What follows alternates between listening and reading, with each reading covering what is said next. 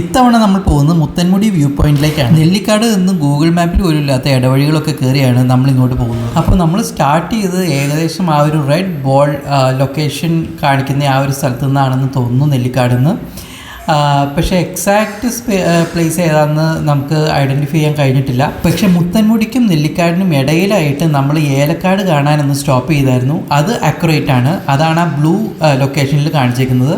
അത് കഴിഞ്ഞിട്ട് പിന്നെ കാണിച്ചിരിക്കുന്ന ആ റെഡ് ഫ്ലാഗാണ് മുത്തൻമുടി വ്യൂ പോയിന്റ്. പിന്നെ അവിടെ നിന്ന് ഒരു മണ്ണിട്ട പാത വഴി പള്ളിവാസൽ ടീ എസ്റ്റേറ്റിൻ്റെ ഉള്ളിൽ കൂടി ലേ മോൺഫോർട്ട് റിസോർട്ടിലേക്കാണ് പോയത്.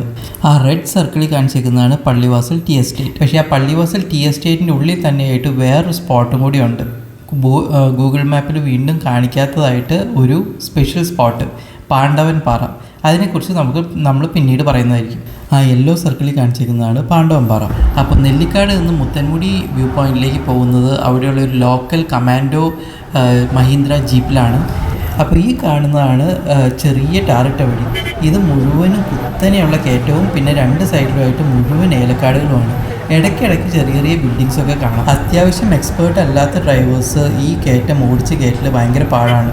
കാരണം ഇത് ഹെയർ പിൻ ടേൺസ് പിന്നെ അതിനോടനുബന്ധിച്ച് തന്നെ കയറ്റമുണ്ട്. അതായത് വണ്ടി സ്റ്റോപ്പ് ചെയ്യാൻ പാടില്ല. ഇപ്പം ഈ വരുന്നതാണ് ഏറ്റവും ഡിഫിക്കൽട്ടായിട്ടുള്ള കയറ്റം. അതായത് ഈ കയറ്റമുണ്ട്, ഈ ഭയങ്കര ഹെവി വളവും പിന്നെ അതിനോടനുബന്ധിച്ച് തന്നെ കയറ്റും. അപ്പോൾ ആ കയറ്റത്തിന് മുന്നേ ആയിട്ട് ഡ്രൈവർ ഒന്ന് പോസ് ചെയ്തിട്ടാണ് ആ കയറ്റം. ഈ പ്രദേശത്ത് ബ്രിട്ടീഷുകാരുടെ കാലം മുതൽക്കുള്ള കരിങ്കൽ ചെറിയ വീടുകൾ ഒരുപാടുണ്ട്.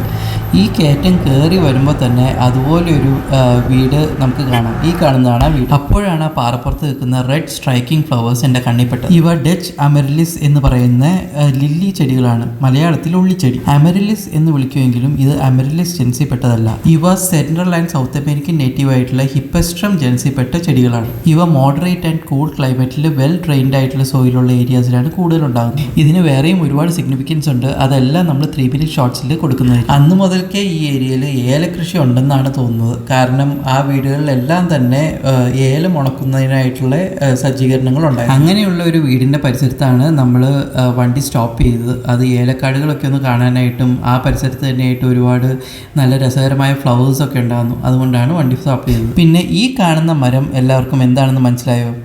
ഇതാണ് തേയില മരം. തേയില ആക്ച്വലി ചെടികളല്ല, തേയില മരങ്ങളാണ്.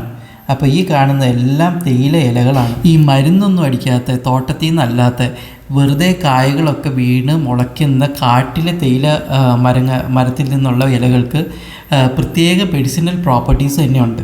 അപ്പോൾ ഇനി നമുക്ക് ഏലക്കാടുകളിലേക്ക് കിടക്കാം. ഈ നമ്മളുടെ ഹൈറ്റിന് തന്നെ പൊങ്ങി നിൽക്കുന്ന ഈ മുന്നിൽ കാണുന്ന ചെടികളൊക്കെ ഏലമാണ്. ഏലം ഒരു കോസ്റ്റ്ലി സ്പൈസാണ്. അതുപോലെ തന്നെ ഒരുപാട് പെസ്റ്റ് അറ്റാക്സ് നേരിടുന്ന ഒരു ക്രോപ്പാണ് ഏലം. അതുകൊണ്ട് തന്നെ ഈ ഏലച്ചെടികളും പരിസരത്തുള്ള മണ്ണും മുഴുവനും പെസ്റ്റിസൈഡിൽ കുളിച്ചാണ് നിൽക്കുന്നത്. അത് ഏലം മാത്രമല്ല, തേയിലത്തോട്ടത്തിലെയും അവസ്ഥ ഇത് തന്നെയാണ്. അപ്പോൾ ഏലം വളരുന്നത് കടകളിൽ നിന്നാണ്. അപ്പോൾ ഏലമാണ് ഈ കാണുന്നത്, ആ പച്ച കാണുന്നത് ഏലമാണ്. ഏലത്തിൻ്റെ ഫ്ലവറാണ് ആ കാണുന്നത്. നല്ല ഭംഗിയുള്ള ഫ്ലവറാണ് ഏലത്തിൻ്റേത്. അപ്പോൾ ഈ ചെടിയെക്കുറിച്ച് നമ്മൾ ഒരുപാട് ഡീറ്റെയിൽ ആയിട്ട് ഈ വീഡിയോയിൽ പോകുന്നില്ല. അതിന് പകരം നമ്മൾ ഷോർട്സിൽ, അതായത് ഒരു 3 മിനിറ്റ് ഷോർട്സിൽ നമ്മൾ പറയുന്നതായിരിക്കും. അപ്പോൾ നമ്മളിവിടുത്തെ ലോക്കൽ ആൾക്കാരോട് ചോദിച്ചപ്പോൾ ഇതൊരു 2000 മീറ്റർ എബവ് സീ ലെവലിലാണ് ഈ ഏരിയ ഉള്ളതെന്നാണ് പറയുന്നത്. പക്ഷേ എൻ്റെ വാച്ചിൽ നോക്കിയപ്പോൾ അത് 1132 മീറ്റർ എബവ് എന്നാണ് കാണിച്ചത്. അപ്പോൾ വാച്ച് ഞാൻ ലാസ്റ്റ് 10 ഇയേഴ്സായിട്ട് യൂസ് ചെയ്യുന്നതാണ്. കാസിയോയുടെ പ്രോട്രെക് എന്ന് പറഞ്ഞ വാച്ചാണ് ഞാൻ യൂസ് ചെയ്യുന്നത്. അപ്പോൾ നമുക്കിനി ഏലക്കാടുകളുടെ ഇടയിലൂടെയൊക്കെ ഒന്ന് നടന്നു നോക്കാം. അപ്പോൾ ഏലക്കാടുകളുടെ ഇടയ്ക്കായിട്ട് എന്തൊക്കെയാണ് വേറെ മരങ്ങൾ വെച്ചുപിടിപ്പിച്ചേക്കുന്നത് നോക്കാം.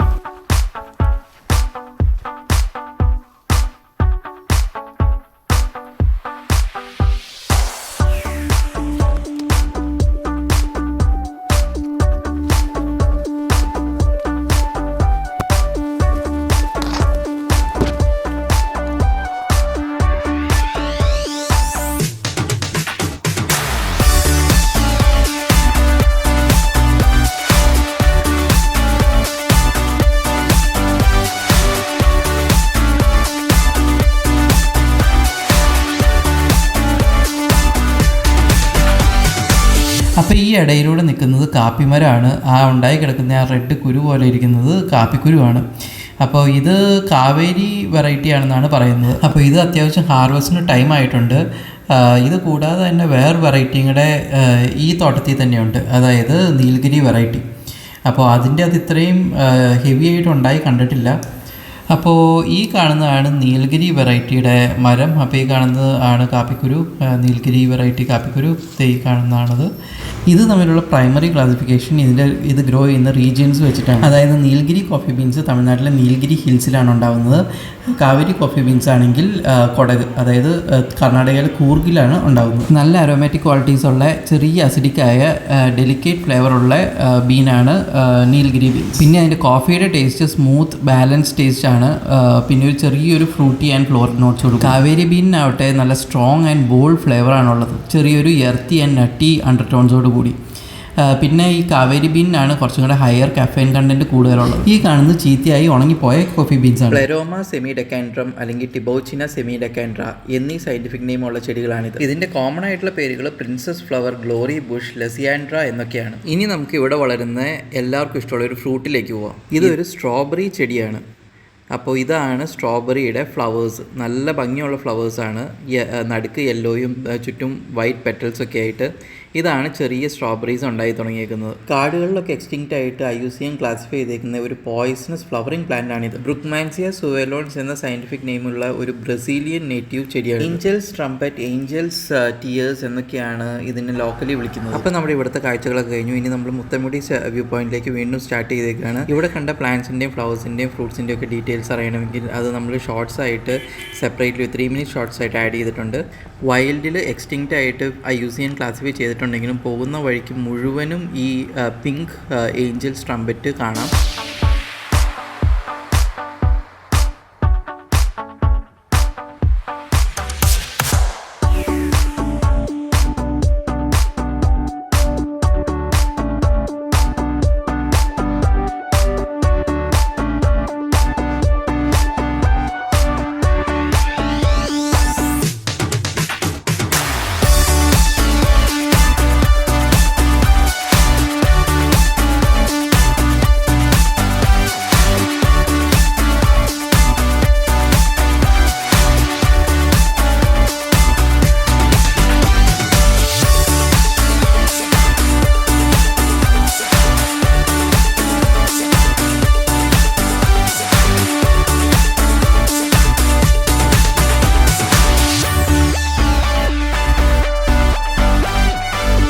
നമ്മളിപ്പോൾ ഇവിടെ വന്നപ്പോൾ മുത്തൻമുടി അമ്പലത്തിൻ്റെ പണി നടന്നുകൊണ്ടിരിക്കുകയാണ്.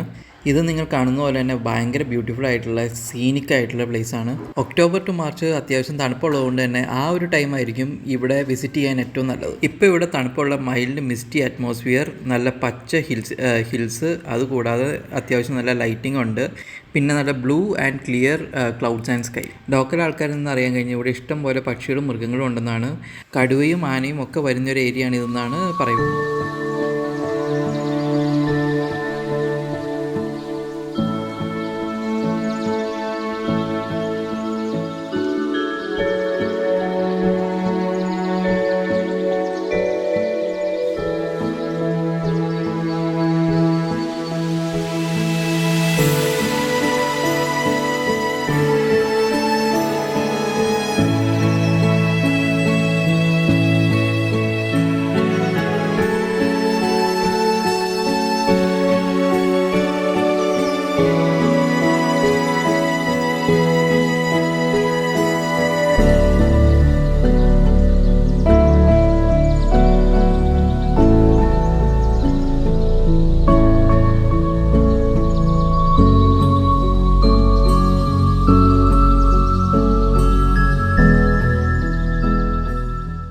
അപ്പോൾ നമ്മളിപ്പോൾ ഇവിടുന്ന് തിരിക്കുകയാണ്. Pallivasal tea estate through Pallivasal main റോഡിലേക്ക് കടന്ന് ലേ മോൺഫോർട്ട് റിസോർട്ടിലേക്കാണ് നമ്മളിപ്പോൾ പോകാൻ പോകുന്നത്. ഈ വ്യൂ പോയിന്റിലേക്ക് വരുന്നതും അതേമാതിരി തന്നെ നമ്മൾ മെയിൻ റോഡിലേക്ക് കടക്കുന്ന വരെയുള്ള എല്ലാ വഴികളും തന്നെ ക്ലിയർ പാതയല്ല, മണ്ണിട്ട പാതയാണ്. അതുമാത്രമല്ല ഒരുപാട് കുഴികളും കല്ലുകളൊക്കെ ഇടയ്ക്ക് കിടക്കുന്നുണ്ട്. അതുകൊണ്ട് തന്നെ നിങ്ങൾ മാക്സിമം ഒരു ജീപ്പോ അല്ലെങ്കിൽ എന്തെങ്കിലും ലോക്കൽ ആൾക്കാരുടെ ഹെൽപ്പോട് കൂടിയാണ് ഈ വഴി വരാൻ ഏറ്റവും അനുയോജ്യം. അപ്പോൾ ഈ കാണുന്ന രണ്ട് സൈഡിലുള്ളത് ഫുള്ള് തേയില പ്ലാന്റേഷനാണ്, അതായത് ടീ പ്ലാന്റേഷനാണ്.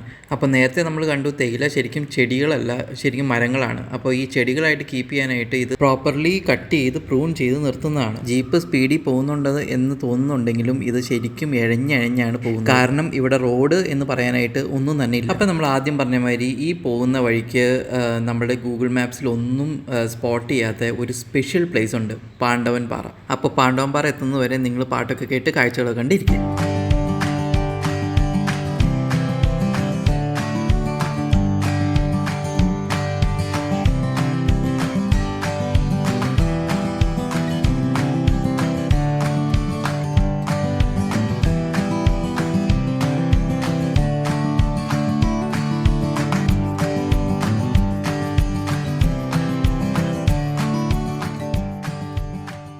ആ മുന്നിൽ കാണുന്ന പാറയാണ് പാണ്ഡവൻ പാറ ലൊക്കേഷൻ. അതെ, ആ കാണുന്ന പാറ.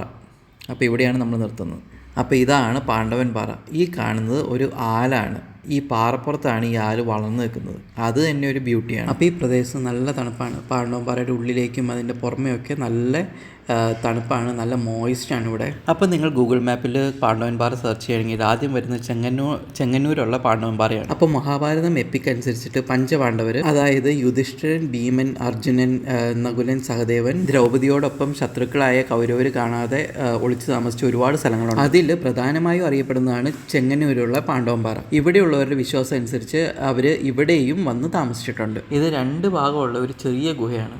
റോഡിൻ്റെ റൈറ്റ് സൈഡിലായിട്ട് ഒരു ഭാഗം, റോഡിൻ്റെ ലെഫ്റ്റ് സൈഡിലായിട്ട് വേറൊരു ഭാഗമുണ്ട്. അപ്പോൾ നമ്മളിപ്പോൾ റോഡിൻ്റെ റൈറ്റ് സൈഡിലായിട്ടൊരു ഭാഗത്താണ് കയറിയിരിക്കുന്നത്. ഇതിൻ്റെ ഉള്ളിലേക്ക് കയറുമ്പോൾ ഒരു പ്രത്യേക തരം തണുപ്പാണുള്ളത്.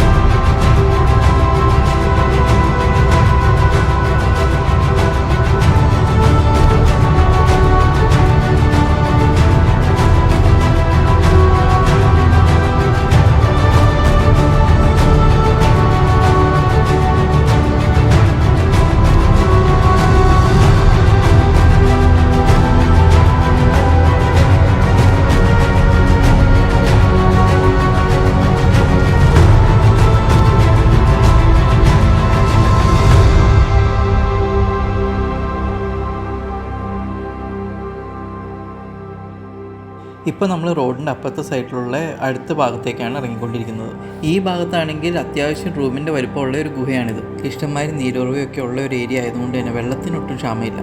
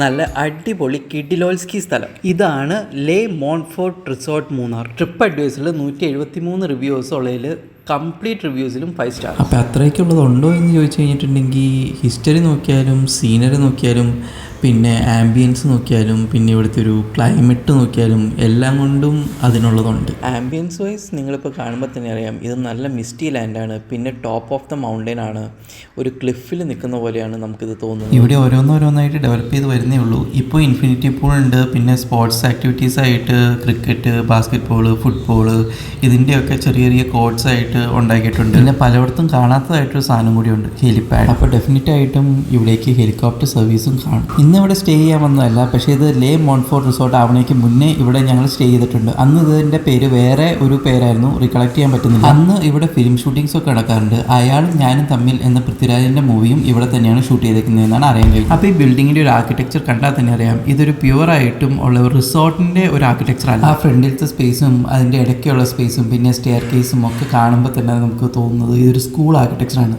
ആക്ച്വലി ഇതൊരു സ്കൂളായി ബ്രിട്ടീഷുകാരുടെ കാലം മുതൽക്കുള്ള ഒരു കരിങ്കല്ലും കൊണ്ട് പണിത സ്കൂൾ. പിന്നീട് അത് CISE, അതായത് council for the Indian school certificate examination affiliated ആയിട്ടുള്ള ടാഗോർ മൗണ്ട് സ്കൂൾ മൂന്നാർ എന്ന പേരിലേക്ക് ചേഞ്ച് ആയി. എംപ്ലോയി പ്രൊവിഡന്റ് ഫണ്ട് കോംപ്ലയൻസുമായിട്ട് റിലേറ്റ് ചെയ്ത് റീജിയണൽ പ്രൊവിഡന്റ് ഫണ്ട് കമ്മീഷനുമായിട്ട് ഒരു ലീഗൽ ഇഷ്യൂ സ്റ്റാർട്ട് ചെയ്തായിരുന്നു. അത് ഫർദർ പെനാൽറ്റി ഒക്കെ ആയിട്ട് ലീഗൽ ആൻഡ് ഫിനാൻഷ്യൽ ഇഷ്യൂസ് കയറിയിട്ടാണ് ഇത് ക്ലോസ് ചെയ്തത് എന്നാണ് നെറ്റിൽ നിന്ന് കിട്ടിയേക്കുന്ന ഇൻഫർമേഷൻ. ഇത് ക്ലോസ് ചെയ്തത് 2007 കാരണം 2007 അക്കാഡമിക് ഇയറും കൂടി കഴിയട്ടെ എന്നുള്ള രീതിയിൽ ഹൈക്കോർട്ടിൽ ഒരു പെറ്റീഷൻ മൂവ് ചെയ്തതായിട്ട് നെറ്റിൽ പലയിടത്തും റെഫറൻസ് ഉണ്ട്. അതിൻ്റെ ഡീറ്റെയിൽസ് ഞാൻ ഡിസ്ക്രിപ്ഷൻ ബോക്സിൽ കൊടുത്തിട്ടുണ്ട്. ഈ സ്കൂളിൻ്റെ സ്റ്റോറി തന്നെ എടുത്താൽ ഒരു സിനിമയ്ക്ക് സ്കോപ്പ് ഉണ്ടെന്നാണ് എനിക്ക് തോന്നുന്നത്. എന്താണെങ്കിലും ഇങ്ങനെയൊരു സംരംഭം തുടങ്ങിയതുകൊണ്ട് ഈ ബിൽഡിംഗ് നശിക്കാതെ രക്ഷപ്പെട്ടു. ഇവിടെ നിന്ന് വീണ്ടും സൺസെറ്റ് കാണാനായിട്ട് മുത്തൻമുടി വ്യൂ പോയിന്റിലേക്കാണ് നമ്മൾ പോകുന്നത്.